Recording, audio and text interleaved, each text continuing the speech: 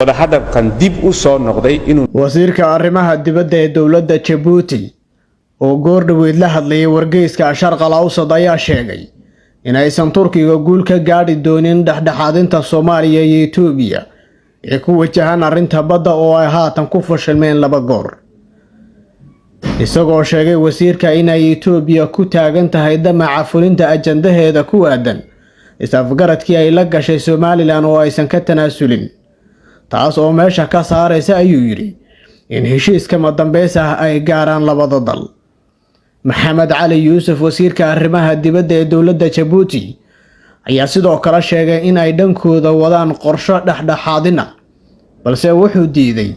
sheegidda macluumaad dheeraad ah gebi ahaanba, taas oo muujinaysa in ay Djibouti ka howlan tahay isku keenidda Soomaaliya iyo Itoobiya oo ay weli dhex taagan tahay. laakiin dhanka Addis Ababa ayaa la aaminsan yahay in aysan kalsooni ku qabi karin doorka dowladda Djibouti. madaxweyne Geele wuxuu aad ugu shaqeeyaa sidii labada dal isku fahmi lahaayeen, labada dhinacba uu la hadlaa si xiisadda loo dhimo loona gaaro heshiiska madambeys ah. sababtoo ah bishii Febraayo waxaan qabanay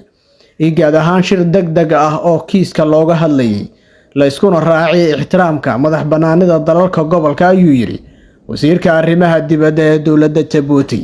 arrintan ayaa imaanaysa xilli Soomaaliya iyo Itoobiya ay wada hadaladooda galayaan wareegii saddexaad, iyadoo labadii wareegii ugu horeysay ay ku soo dhamaadeen guuldarro aan la ogeyn wareegga saddexaad ee wada hadalada oo Turkigu dhexdhexaadinayo waxa ay ku dhamaan doonaan.